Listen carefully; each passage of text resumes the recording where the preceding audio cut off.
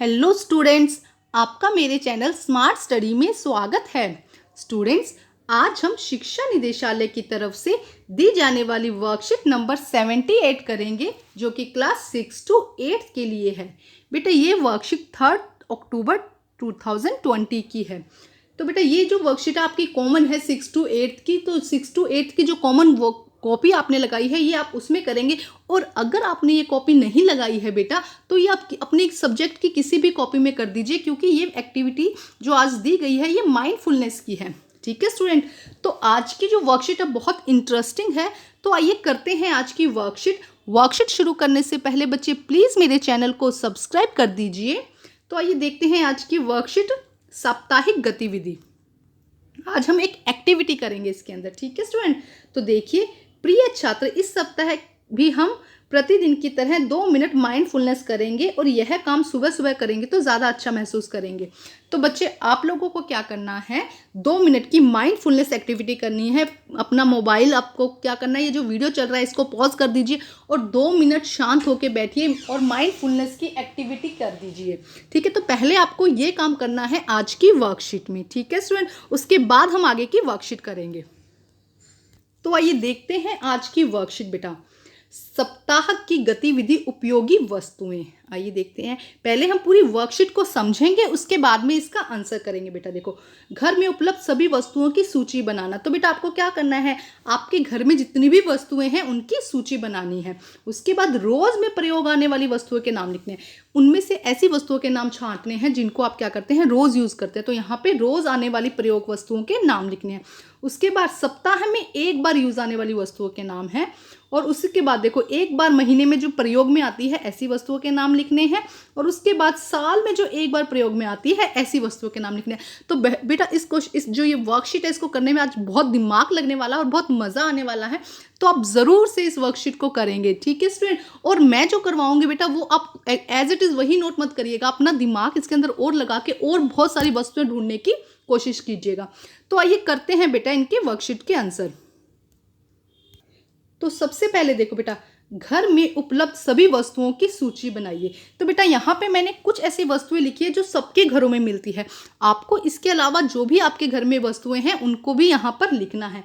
तो जैसे बर्तन सबके घरों में होता है, अलमारी, बिस्तर, टीवी, मोबाइल, खिलौने, किताबें, बैग, ज्योमेट्री बॉक्स, यहाँ का कर दीजिएगा, ज्योमेट्री बॉक्स, फ्रिज, चादर, कंबल, तकिया, कपड़े, जूते, computer, washing machine, fridge, mixie, सिलाई मशीन, कुछ भी लिख सकते हैं बेटा। जो भी आपके घर में वस्तुएं हैं वो यहाँ पे लिख सकते हैं। सजावट का सामान, कुछ भी बेटा, जो भी आपके घर में, मैं आपको बार बार मैं यही कह रही हूँ, यहाँ पे वही सूची बनानी है। आप अपने घर में एक राउंड लगाइए और देखिए कि आपके घर में और कौन कौन सा सामान है। तो जितना भी सामान है आपके घर में उनकी यहाँ पे आपको क्या करनी है, एक सूची बनानी है। ठीक है, जैसे कि मैं कुछ एग्जाम्पल यहाँ पे आपको दे दिए हैं, एक बार फिर बताती हूँ। बर्तन, अलमारी, बिस्तर, टीवी, मोबाइल, खिलौने, किताबें, बैग, ज्योमेट्री बॉक्स, फ्रिज, चादर, कंबल, तकिया, कपड़े, जूते, कंप्यूटर, सजावट का सामान, वॉशिंग मशीन लिख सकते हैं, सिलाई मशीन लिख सकते हैं, बेड लिख सकते हैं। तो कुछ भी लिख सकते हैं बेटा, जो भी सामान आपके घर में है। अब आइए देखते हैं नेक्स्ट बेटा। नेक्स्ट देखो क्या कहता है, एक और सूची तैयार करें जिसमें ऐसी वस्तुओं का नाम लिखिए जो रोज प्रयोग में आती है। तो अब ऐसी वस्तुओं का नाम लिखिए जो क्या आती है, रोज आपके प्रयोग में आती है। तो देखो बहुत सारी वस्तुएं होंगी बेटा। बर्तन हमारे रोज प्रयोग में आते हैं। कपड़े भी हमारे बच्चे रोज प्रयोग में आते हैं। टीवी, मोबाइल, बिस्तर, तकिया, रिमोट, पंखा, ये सब चीजें ऐसी है जो हमारी क्या होती है, रोज प्रयोग में आती है। इसके अलावा आप फ्रिज लिख सकते हैं यहाँ पे, और बेड लिख सकते हैं, अलमारी लिख सकते हैं। ये सभी वस्तुएं क्या है बेटा, हमारे जो रोज यूज में आने वाली वस्तुएं हैं। तो आप अपना दिमाग लगा के और थोड़ा सोचिए और इस आंसर को आपको एक्सपेंड करके लिखना है। ठीक है, थोड़ा जो मैंने पॉइंट्स बताए हैं इसके अलावा इनमें कुछ और ऐड जरूर करिएगा बेटा। ठीक है, आइए नेक्स्ट देखते हैं बेटा। अब देखिए नेक्स्ट क्या है, ऐसी वस्तुओं की सूची बनाइए जिनको सप्ताह में एक बार प्रयोग किया जाता है। अब देखो बेटा, आपको यहाँ पे क्या करना है, ऐसी वस्तुएं बतानी है जो आप सप्ताह में एक बार यूज करते हैं। जैसे कि देखो मैंने लिखा है बास्केटबॉल। बास्केटबॉल क्या है, देखो हफ्ते में एक बार खेलने के लिए जा सकते हैं, तो हम बास्केटबॉल का प्रयोग एक बार करते हैं।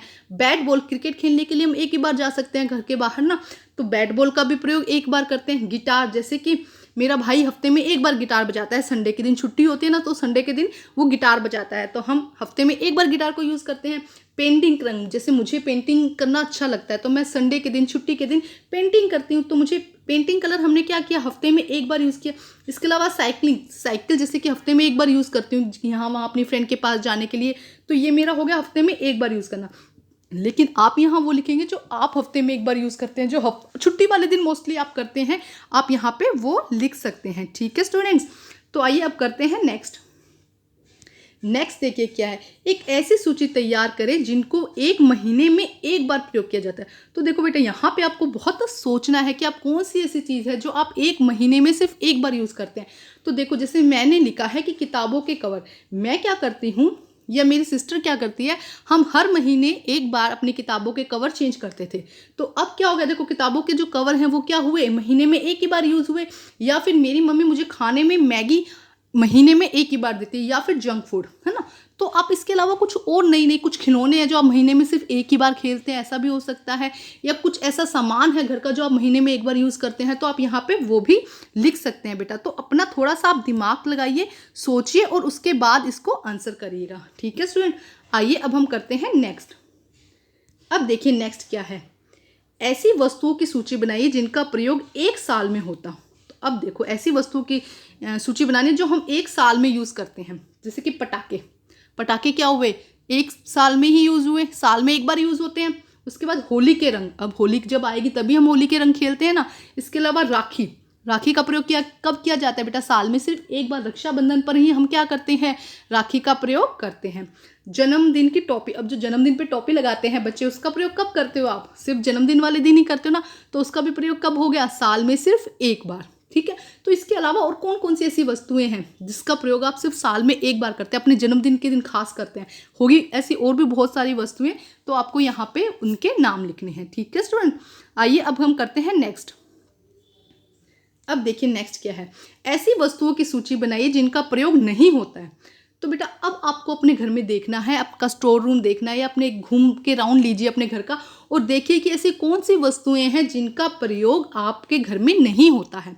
तो जैसे कि देखो, कई बार क्या होता है, कुछ हम खिलौने ले आते हैं बट हमें अच्छे नहीं लगते हैं, तो कुछ खिलौने ऐसे हैं जिनका प्रयोग सिर्फ हम नहीं करते हैं। या कुछ बर्तन, क्योंकि घर में बहुत सारे बर्तन होते हैं, तो कुछ बर्तन तो यूं ही रखे रह जाते हैं, उनका प्रयोग नहीं होता है। कुछ कपड़े, कई बार कुछ कपड़े हमें अच्छे नहीं लगते हैं, या किसी ने गिफ्ट कर दिया लेकिन हमें पसंद नहीं है, तो उनका प्रयोग हम नहीं करते हैं। या इसके अलावा और भी बहुत सामान हो सकता है जो पुराना हो गया है या जिसे यूज़ नहीं किया गया है, या फिर पसंद ही नहीं आया, ले आए हम मार्केट से बट हमें अच्छा नहीं लग रहा है, या हमारे पेरेंट्स को अच्छा नहीं लग रहा है, इसलिए हम उसे यूज़ नहीं कर रहे। तो जो भी सामान आप देखें कि आपके घर में प्रयोग नहीं होता है, उसको यहाँ पर आपको लिखना है। ठीक है स्टूडेंट्स, यहाँ पे आपको क्या करना है, उसको यहाँ पर लिखना है। अब देखते हैं नेक्स्ट बच्चे। नेक्स्ट देखो क्या है, यदि हम प्रयोग न होने वाली वस्तुओं को ना खरीदें तो इसका क्या प्रभाव होगा स्वयं पर, समाज पर और पर्यावरण पर। तो आइए करते हैं इसका आंसर। अगर प्रयोग में ना आने वाली वस्तु हम नहीं खरीदते तो इससे हमारे पैसे की बचत होती है। एक तो क्या होता है बेटा, देखो पैसे की बचत होती है, इससे क्या होता है, एक तो हमारे पैसे की बचत होती है, समझ रहे हैं। और यदि कोई व्यक्ति जिसे ज़रूरत हो वह उसे खरीद सकता है। मान लो कोई, हम शॉप पर गए और हमें उसकी ज़रूरत नहीं थी, हमने ले ली, लेकिन अगर किसी और को ज़रूरत थी उस व्यक्ति को उस चीज़ की, तो वो लेगा, तो उसके लिए ज़्यादा अच्छी बात है बेटा। और यह पर्यावरण के लिए भी अच्छा है। देखो पर्यावरण के लिए अच्छा क्यों है बेटा, क्योंकि बार बार नया सामान बनाने में बहुत सी मशीनों द्वारा पर्यावरण को नुकसान पहुंचाया जाता है। जैसे कि मान लो एक कॉपी पेन ले लो, अगर हम कॉपी पेन को वेस्ट करते हैं, हमें यूज़ में नहीं ले रहे हैं, वेस्ट कर रहे हैं, तो क्या होगा, बार बार कागज़ बनाने के लिए पेड़ों को काटना पड़ेगा, तो कहीं ना कहीं पर्यावरण को इससे नुकसान होगा। तो इसीलिए अगर हमारे यूज़ की चीज़ नहीं है तो उसे हम ना खरीदें। इससे क्या होगा, जिसकी यूज़ में है, जिसे उसकी ज़रूरत है, वो इसे खरीद सकता है। तो ये इसका आंसर है बेटा। एक बार मैं फिर समझा देती हूँ आपको। अगर प्रयोग में ना आने वाली वस्तुओं को हम नहीं खरीदते हैं तो इससे हमारे पैसे की बचत होती है और कोई और व्यक्ति जिसे ज़रूरत हो वह उसे खरीद सकता है। और पर्यावरण के लिए भी अच्छा है, क्योंकि बार बार नया सामान बनाने में बहुत सी मशीनों द्वारा पर्यावरण को नुकसान होता है। तो बेटा आज की वर्कशीट इंटरेस्टिंग थी ना, तो आज की वर्कशीट कंप्लीट करके अपने टीचर से चेक कराइए और प्लीज़ मेरे चैनल को लाइक कीजिए, सब्सक्राइब कीजिए और शेयर कीजिए। Thank you students.